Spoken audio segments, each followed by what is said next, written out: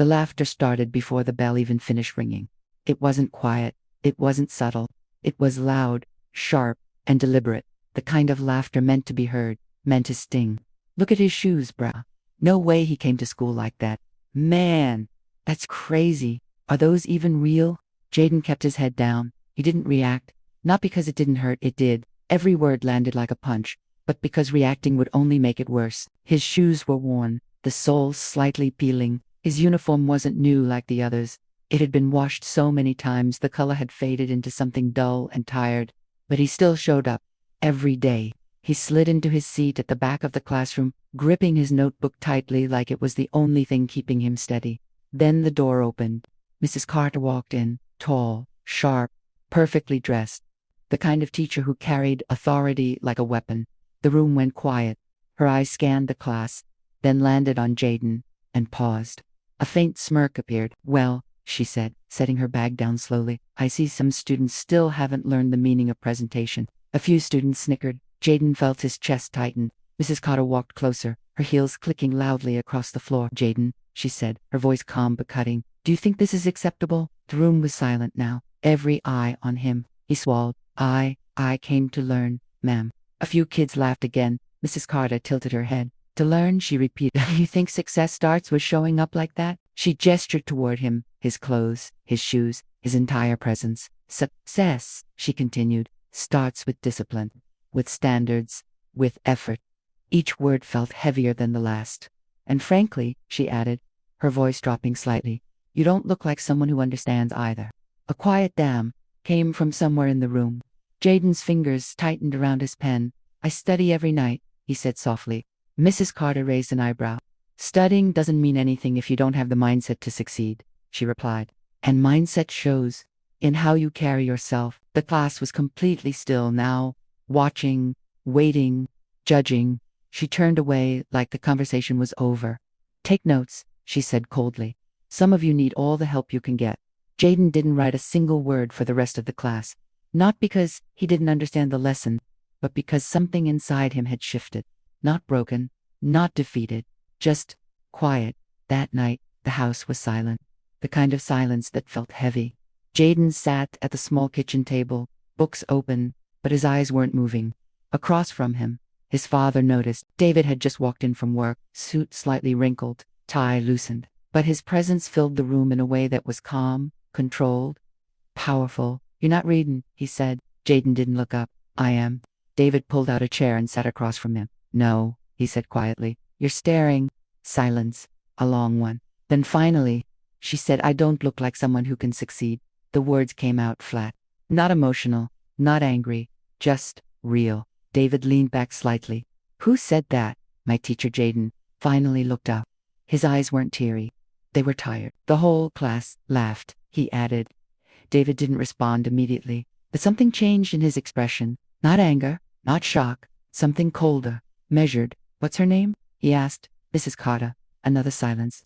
Then David nodded slowly. Finish your homework, he said. That's it, Jaden asked. David stood up. For now, the next morning felt different. Jaden didn't know why, but something in the air felt heavier. He walked into school, expecting the same whispers, the same looks, and they were there. But something else was there too. Tension. Teachers standing straighter, staff moving faster. Even the principal was walking around nervously, checking things. Jaden frowned slightly. What's going on? Someone whispered. No idea. Heard someone important is coming. Like who? I don't know. But the principal looked stressed. Jaden sat down quietly and Mrs. Carter entered the classroom. But today, she wasn't smiling. Her posture was stiff. Her movements slightly rushed. Take your seats, she said quickly. The class obeyed instantly. No jokes, no laughter. Something was off. Then a knock on the door. Everyone turned. The principal stepped in. And he wasn't alone. Two men in suits followed him.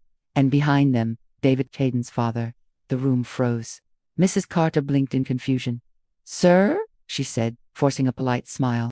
We're in the middle of... Class can wait, the principal interrupted, his voice tight. Mrs. Carter's smile faded slightly. The principal stepped forward.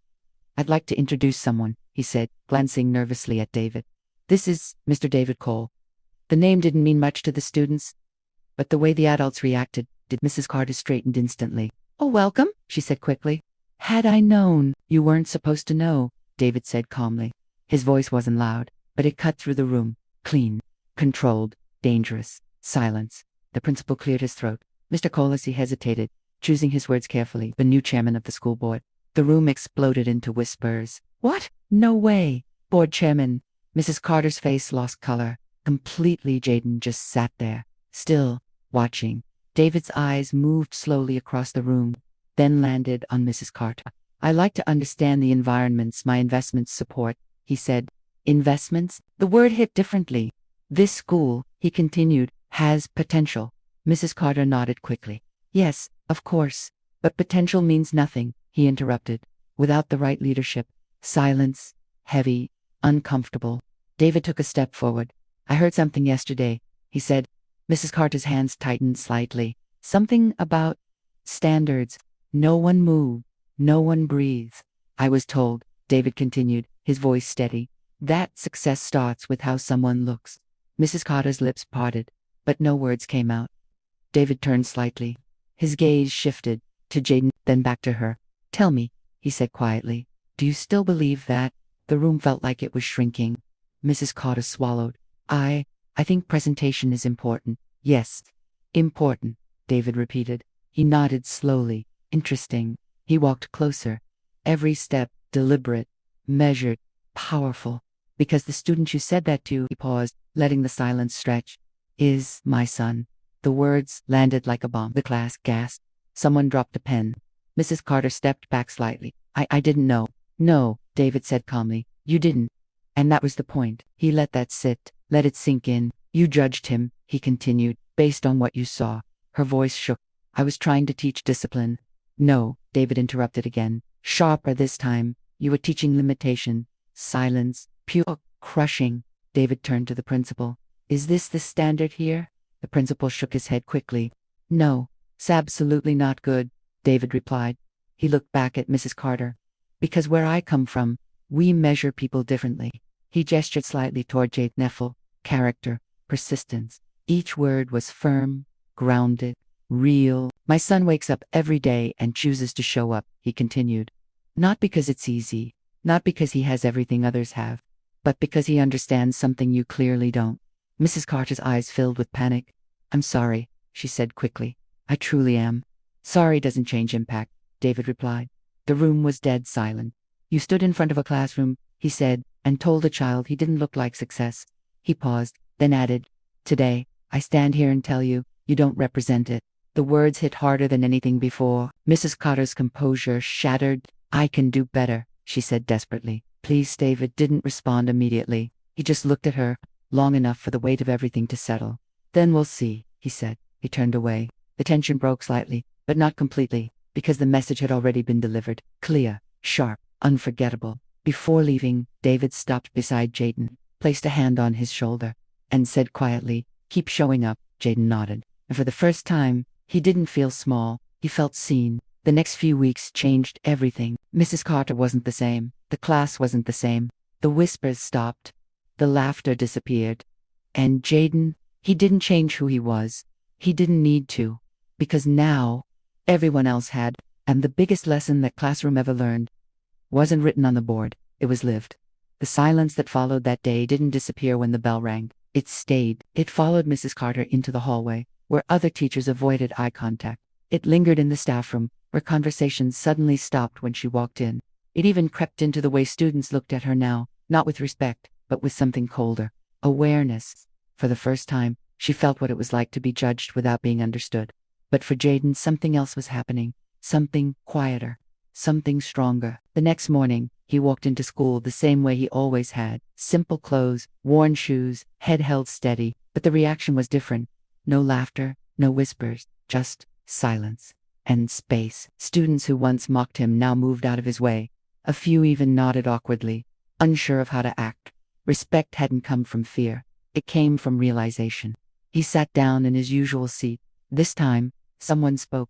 Hey, Jaden, a boy from the front row said hesitantly. Jaden looked up. I didn't know about your dad and all, but that wasn't right. What happened? It wasn't a perfect apology, but it was real. Jaden nodded once. It's fine. And strangely it was. Because he wasn't carrying the same weight anymore. Mrs. Carter walked in a few moments later. But this time, there was no sharp energy, no superiority. She looked human, tired, careful. She stood at the front of the class for a second longer than usual, like she was gathering something inside herself. Then she spoke. "Before we begin," she said quietly, "there's something I need to address." The room went still. Her eyes moved across the students, then stopped at Jade. "What I said yesterday," she continued, her voice steady but softer than anyone had ever heard it, "was wrong. No one expected that. Not like this, not openly. I allowed my assumptions to speak louder than my responsibility as a teacher," she added. "And that's not what this classroom should represent." Jaden watched her carefully. Not with anger, not with victory, just listening. Mrs. Carter took a small breath. "Every student here deserves to be seen for who they are, not what they appear to be." A pause. "Then I'm working on that. Starting now." The class stayed silent, but something shifted. Not dramatic, not loud, just real. She turned to the board and picked up a marker. "Open your books," she said. And just like that, class continued. But it wasn't the same class anymore, because now every word carried weight, every action meant something. Days turned into weeks, and slowly things kept changing. Mrs. Carter started paying attention differently. She asked Jaden questions, not to challenge him, but to understand him. She noticed his work, his consistency, his effort. One afternoon, she stopped him after class. "Your last test," she said, holding up his paper, "was one of the highest scores." Jaden nodded slightly. "I studied." She gave a small, genuine smile. "I can see that." A pause. Then she added, "You've been consistent. That matters." It wasn't loud praise, but it was honest. And that made it heavier, more meaningful. At home, things were calm. David didn't bring up the incident again. He didn't need to. One evening, as Jaden worked at the table again, David spoke without looking up from his laptop. "You noticed the difference?" Jaden thought for a moment. "Yeah, what changed?" David asked. Jaden looked down at his notebook, then said, "They started seeing me." David nodded slowly. "Good." A pause. Then he added, "Just make sure you never stop seeing yourself." Jaden didn't respond, but that line stayed with him, because that was the real lesson, not the humiliation, not even the reveal, but what came after. The understanding that respect isn't something you demand, it's something people learn when they're forced to confront the truth. And the truth was simple. Jaden never needed expensive shoes. He never needed approval. He never needed to prove he belonged, because from the very beginning, he already did.